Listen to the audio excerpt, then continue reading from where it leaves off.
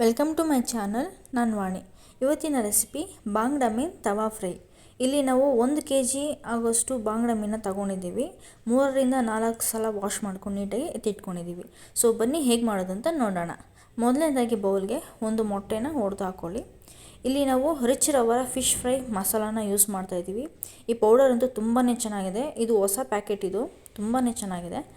ಈಗ ಅಚ್ಚಕಾರದ ಪುಡಿ 1.5 table spoon ಅಷ್ಟು ಅಚ್ಚಕಾರದ ಪುಡಿ, ಹಾಗೆ ರುಚಿಗೆ ತಕ್ಕಷ್ಟು ಉಪ್ಪು, ಮನೇಲೇ ಮಾಡಿ ಎತ್ತಿಟ್ಕೊಂಡಿರುವಂಥ ಶುಂಠಿ ಬೆಳ್ಳುಳ್ಳಿ ಪೇಸ್ಟ್ 1 ಸ್ಪೂನು, ಹಾಗೆ ನೆನೆಸಿ ಕಿವುಚಿ ಎತ್ತಿಟ್ಕೊಂಡಿರುವಂಥ ಹುಣಸೆಹಣ್ಣಿನ ರಸ, ಇದಿಷ್ಟು ಹಾಕ್ಕೊಂಡು ಚೆನ್ನಾಗಿ ಮಿಕ್ಸ್ ಮಾಡ್ಕೊಳ್ಳಿ. ಮಿಕ್ಸ್ ಮಾಡ್ಕೊಂಡಿದ್ದಾದಮೇಲೆ ಈಗ ಅರ್ಧ ಅಷ್ಟು ನಿಂಬೆಹಣ್ಣಿನ ರಸನ ಹಿಂಡ್ಕೊಳ್ಳಿ. ಇಷ್ಟೇ ಮಸಾಲ, ಸಿಂಪಲ್ ಮಸಾಲ. ಈ ಥರ ಮಾಡಿಕೊಂಡು ಒಂದು ಸಲ ತವಾ ಫ್ರೈನ ಮಾಡ್ಕೊಂಡು ತಿಂದು ನೋಡಿ, ಸೂಪರಾಗಿದೆ. ಟೇಸ್ಟ್ ಅಂದರೆ ಸಖತ್ತಾಗಿರುತ್ತೆ. ಸೊ ಹೀಗೆ ಎಲ್ಲ ಮೀನನ್ನು ಮ್ಯಾರಿನೇಟ್ ಮಾಡ್ಕೊಳ್ಳಿ ಚೆನ್ನಾಗಿ. ಫಿಶ್ಶಿನ ಹೊರಗಡೆ ಒಳಗಡೆ ಈ ಥರ ಬಾಡಿ ಒಳಗಡೆ ನೀಟಾಗಿ ಮಸಾಲ ಹಾಕ್ಕೊಂಡು ಚೆನ್ನಾಗಿ ಮ್ಯಾರಿನೇಟ್ ಮಾಡ್ಕೊಳ್ಳಿ.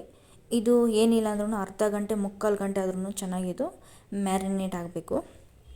ಇಲ್ಲಿ ನಾವು ರವಾದಲ್ಲಿ ಫ್ರೈ ಮಾಡ್ತಾಯಿದ್ದೀವಿ, ಅಂದರೆ ರವಾದಲ್ಲಿ ಅದ್ಕೊಂಡು ರವಾ ಫ್ರೈ ಅಂತಾರಲ್ಲ ಹಾಗೆ ಮಾಡ್ತಾಯಿದ್ದೀವಿ ನೋಡಿ. ಈ ಥರ ಆ ಕಡೆ ಈ ಕಡೆ ಡಿಪ್ ಮಾಡಿ ರವಾದಲ್ಲಿ ತವಾ ಫ್ರೈನ ಮಾಡ್ಕೋತಾ ಇರೋದು ನಾವು. ಹಾಗೆ ತಿನ್ನೋದಕ್ಕಿಂತ ಇದರ ರವಾದಲ್ಲಿ ಮಾಡ್ಕೊಂಡು ತಿಂದರೆ ಒಂಥರ ತಿನ್ನಬೇಕಾದ್ರೆ ಕ್ರಿಸ್ಪಿಯಾಗಿ ಚೆನ್ನಾಗಿರುತ್ತೆ. ಸೊ ನಮಗೆ ರವಾ ಫ್ರೈ ಅಂದರೆ ತುಂಬ ಇಷ್ಟ. ರವಾದಲ್ಲಿ ಹಾಕ್ಕೊಂಡು ಈ ಥರ ಫ್ರೈ ಮಾಡ್ಕೊಳ್ಳೋದು ತುಂಬ ಇಷ್ಟ. ಈಗ ತವಾ ಕಾದಿದೆ. ತವಾ ಕಾದ್ಮೇಲೆ 3ರಿಂದ 4 ಟೇಬಲ್ ಸ್ಪೂನಷ್ಟು ಎಣ್ಣೆನ ಹಾಕ್ಕೊಂಡು ಮ್ಯಾರಿನೇಟ್ ಮಾಡಿ ರವಾದಲ್ಲಿ ಡಿಪ್ ಮಾಡ್ಕೊಂಡಿರುವಂಥ ಫಿಶ್ನ 1 by 1 ಫ್ರೈ ಮಾಡಿಕೊಂಡು ಆ ಕಡೆ ಈ ಕಡೆ ಚೆನ್ನಾಗಿ ಫ್ರೈ ಮಾಡ್ಕೊಳ್ಳಿ.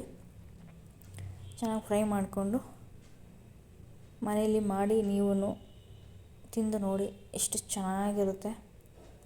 ಸೊ ರೆಡಿ ಆಯಿತು, ನೋಡಿದ್ರೆ ಎಷ್ಟು ಚೆನ್ನಾಗಿ ಬಂದಿದೆ.